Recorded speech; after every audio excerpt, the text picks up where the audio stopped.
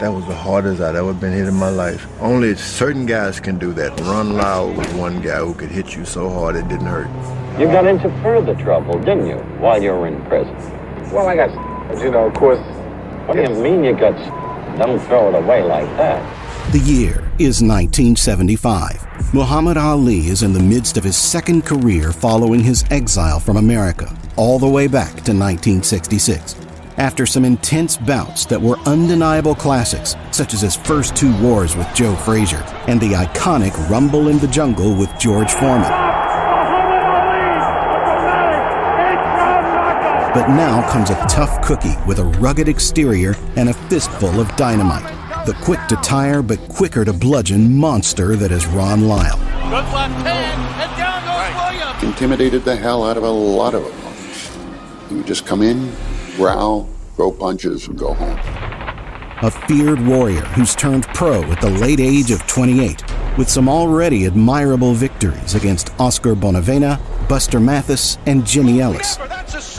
And in round 8, you shall lead. I'm telling you now before the world, you will leave in the 8th round. Will a laughing storm that is Muhammad Ali be able to take Ronnie Lyle's heavy punishment and send him twisting and turning his way to the canvas? Or will Lyle finally be able to quiet the man whose voice could never be deprived and get Ali to eat his jibes along with his teeth?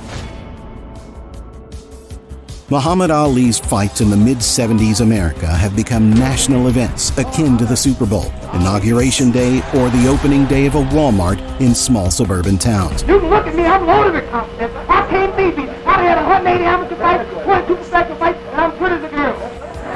And as the world tunes in to every press conference he accompanies or poem he is lined up to mock whichever opponent he's fighting, there's no rush quite like watching the greatest at the height of his fame. And he used to predict knocking people out. Think about this. People wasn't fighting to win. They just didn't want to get knocked out when Ali said he was going to knock them out. You must fall in 5 rounds, but if you talk about me, I'll cut it 3.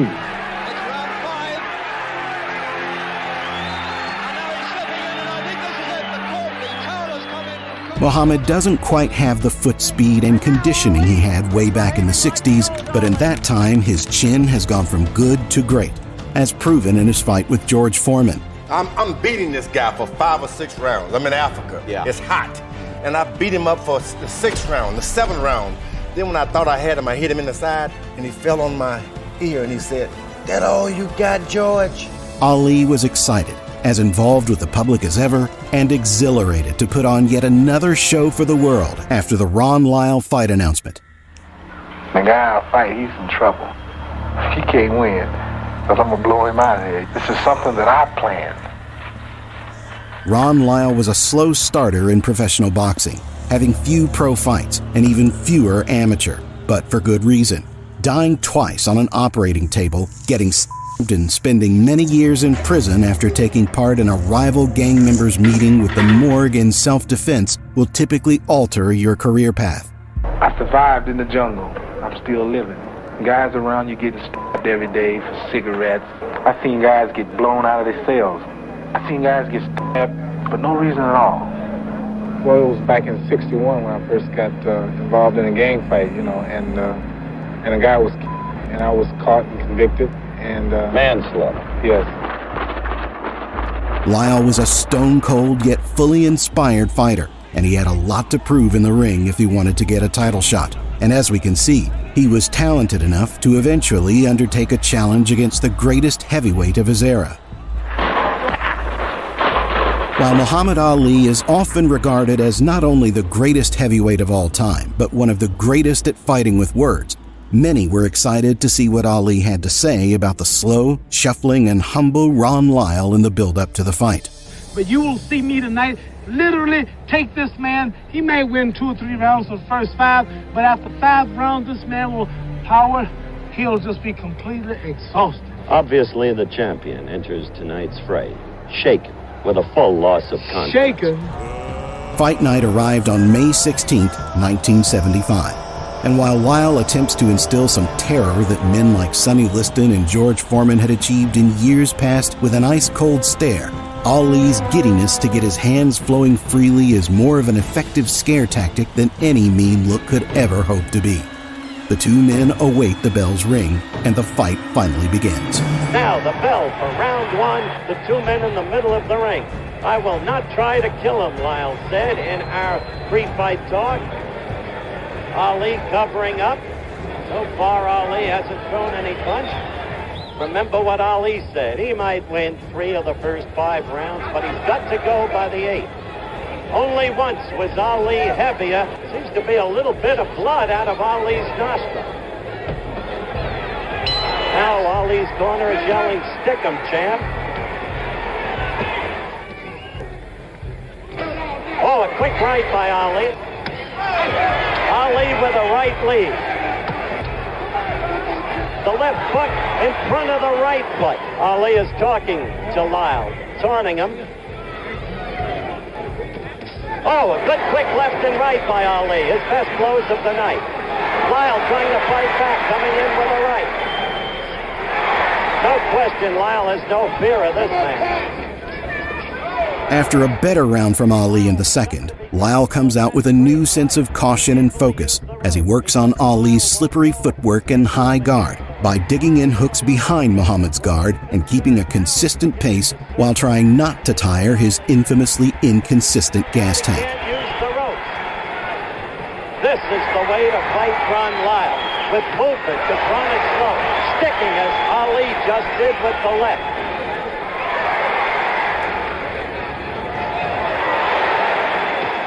This is Ali's best round by far of the night.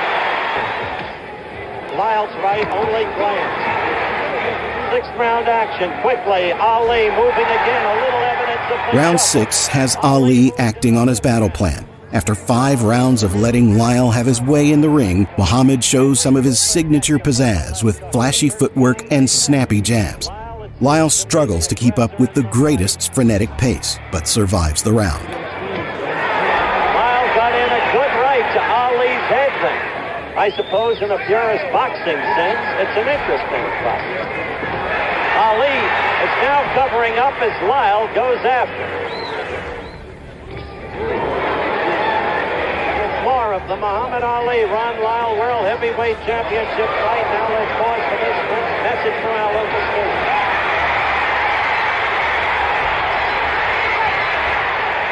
Now this is 8th round action, and this is the round Ali predicted he would do away with Lyle in.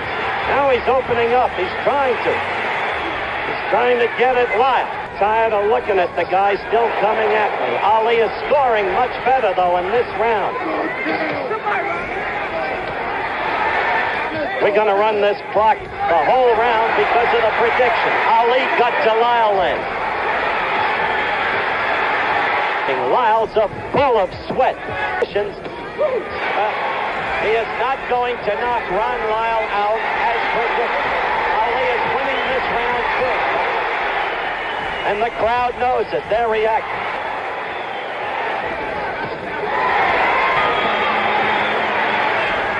Ali went after Lyle. He hurt him in the 8th round.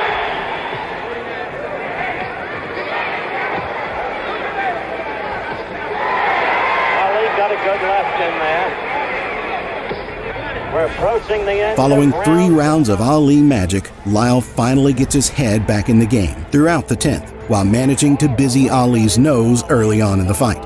Ron has struggled to land anything substantial since, but while his crippling power hasn't been very well paraded in this fight, his heart has, and he's managed to make it ahead on the scorecards going into the second third of 15 rounds. Live from Caesars Palace, Las Vegas. Cut out of Boys High School in Brooklyn. Hey, he hurt Lyle. Ali got to Lyle. Lyle is in trouble. He hurt him with a left. Lyle went back against the ropes. 11th round action, and Ali in command. He's staggering. This time Lyle is ready to go. Look at that. Muhammad Ali. This is Muhammad Ali from nowhere. The left cut to Lyle. Sent him back against the ropes. Ali in total command. Being separated now. The fight is stopped by referee Bird Hernandez. Muhammad Ali successfully defended his title yet again against a tough-willed and highly skilled opponent, who could see through some of Ali's most incredible tricks. Still, he faltered to the oldest in the book, the float like a butterfly and sting like a bee approaching. And Muhammad's resume is once again strengthened and continues to shape up to be the greatest in history. We're back with the defeated challenger, Ron Lyle. First of all, Ron, it was clear you didn't think the fight should be stopped. I knew something was going to happen because I was winning every round. He couldn't have won that if he'd have, if it had went 15, he'd have been out of it clean, Muhammad would make 6 more title defenses following this historic night, with even more memorable hours than this, including his closing out of the iconic Frazier and Norton trilogies, along with his great final defense against who he described as his hardest-hitting opponent, Ernie Shavers. And I don't know why I picked on him at this late in my career. I didn't really believe he was as good as he was. I predicted he was running around 7, but he was good. Muhammad Ali left a cement footprint in heavyweight boxing that no one has managed to match, with most leaving just mud and dirt behind, groveling instead of gleaming next to the hero. Few have come close to the greatest as a heavyweight since, but none have left their mark quite like this all-American hero. From his beauty in the ring to his love outside of it and the impact he made on the great US of A, there isn't quite one man like Muhammad Ali. As much as many bitter men have tried, his history will never be forgotten or tainted, and his future still gleams despite his physical presence no longer being here. For his influence, messages, and power to change the world in a time when we needed it, tonight we honor the greatest and wish him well wherever he resides in paradise.